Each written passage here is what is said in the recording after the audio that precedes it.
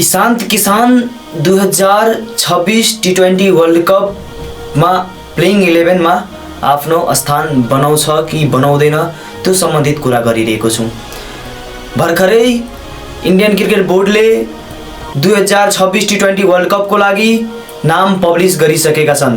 ईशान्त किसानले धेरै दिनदेखि सङ्घर्ष गरिरहेको थियो टिममा पर्नको लागि, तर मेहनत गरिरहेको थियो, सङ्घर्ष गरिरहेको थियो, त्यसको सफलता पाएको छ।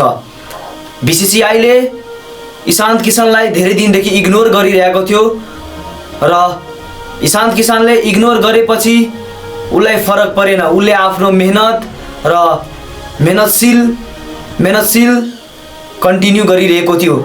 तर ईशान्त किसान 2026 T20 वर्ल्ड कपमा 14 को स्क्वाडमा आउनु भएको छ र अब प्लेइङ स्क्वाडमा आउन सक्छ ईशान्त किसान।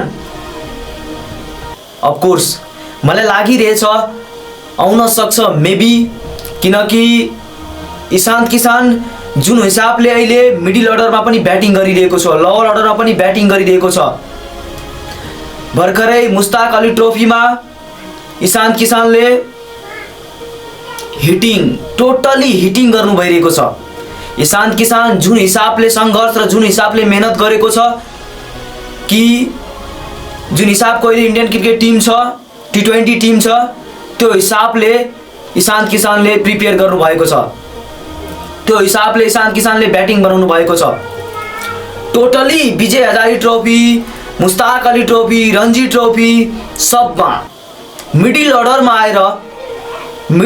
आएर हिटिङ, टोटली हिटिङ, छक्का प्रहार गर्नु भइरहेको छ ईशान्त किसान। कुरा गर्न गइरहेको छु सञ्जु स्यामसन, अभिषेक शर्मासँग ओपनिङ को सुइटेबल हुन्छ, को गर्छ, कोच गौतम गम्भीरको हातमा छ। टिम क्याप्टेन सूर्यकुमार यादवको हातमा रहेको छ।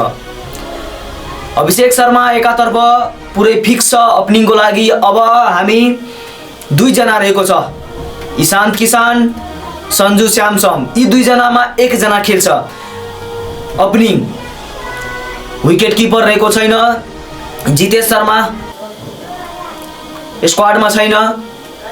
सञ्जु स्यामसन र ईशान्त किसान दुईटा विकेट किपर हुन्, एकजना खेल्छ, मेबी दुईटै खेल्न सक्छ।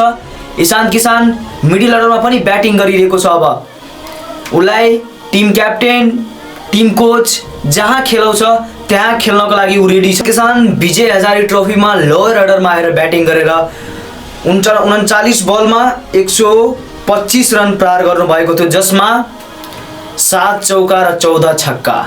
7 चौका र 14 छक्का, गजबको ब्याटिङ रहेको थियो।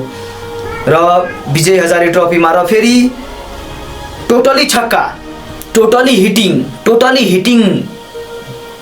हिटिङको रूपमा ब्याटिङ गरिरहेको छ। टोटली हिटिङ, 33 बलमा सेन्चुरी, टोटली हिटिङ, लोअर अर्डरमा आएर totally heating. I think middle अर्डरमा पनि T20 वर्ल्ड कप 2026 मा ईशान्त किसानले लोअर अर्डरमा पनि ब्याटिङ गर्न सक्छ।